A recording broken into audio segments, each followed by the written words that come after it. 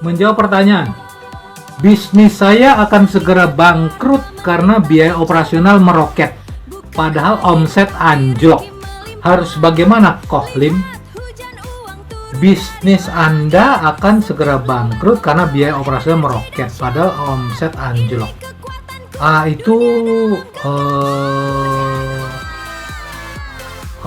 bukan hanya milik Anda loh, Ferguson. Biaya operasional meroket itu hampir kena ke semua jenis usaha. Bukan hanya bisnis, masyarakat juga kena. Katanya harga plastik tuh, kantong kresek namanya, naik 50% sampai 100% harganya. Sehingga tuh para pedagang kecil, pedagang lemah yang menggunakan plastik banyak untuk membungkus apakah kerupuk, apakah apa makanannya, bingung. Nggak naikin, margin yang udah tipis tambah tipis, dinaikin. Nah itu tadi, padahal omset anjlok, orang nggak mau beli. Bukan nggak mau beli, memilih tidak beli. Daripada buat jajanan yang nggak kenyang, duit cuman ada sedikit, mendingan buat makan kenyang. Gitu ya, itu salah satu contoh. Semua juga naik, apa sih yang nggak naik? Minyak goreng naik, apalagi makanan naik. Tiket pesawat ya tentu naik. Udahlah. Jadi biaya operasional meroket itu wajar, omset anjlok itu wajar. Milik bukan hanya Anda, bukan hanya Indonesia, banyak negara juga begitu, sengsara. Jadi bagaimana, Kohlim? Kalau saya kan terbiasanya berpikir itu mitigatif. Mitigatif itu antisipatif plus solusi gitu ya. Ibaratnya sedia payung sebelum hujan. Saya terbiasa curiga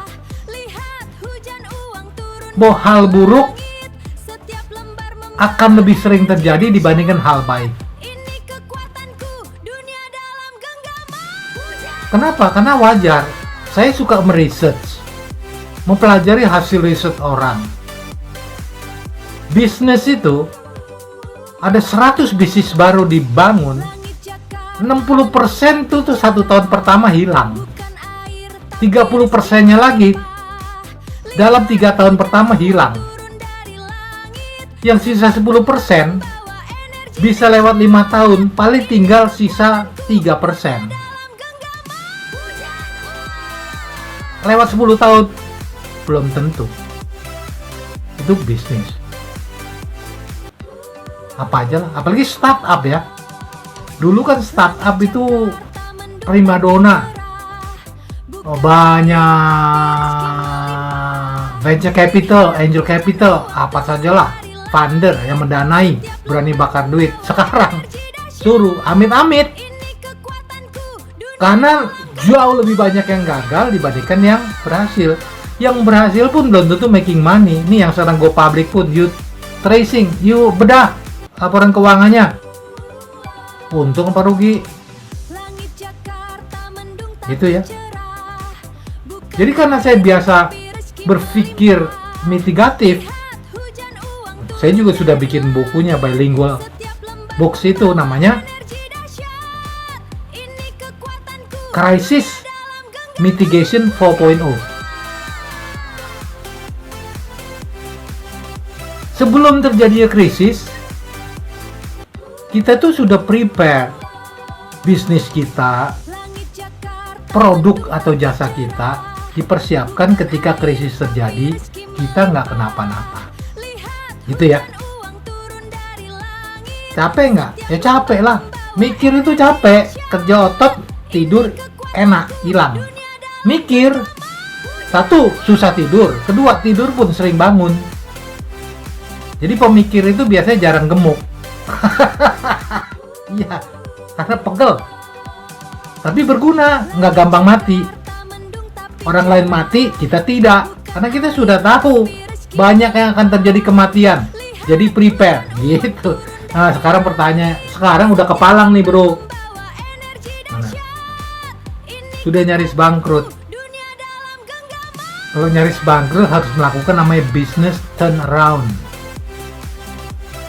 Cost cutting saja tidak cukup, Ferguson. Cost cutting itu hanya mangkas biaya. Biar you pangkas biaya dari 100 tinggal 8, misalnya you pangkas 92, you pikir bisa hidup? Tidak.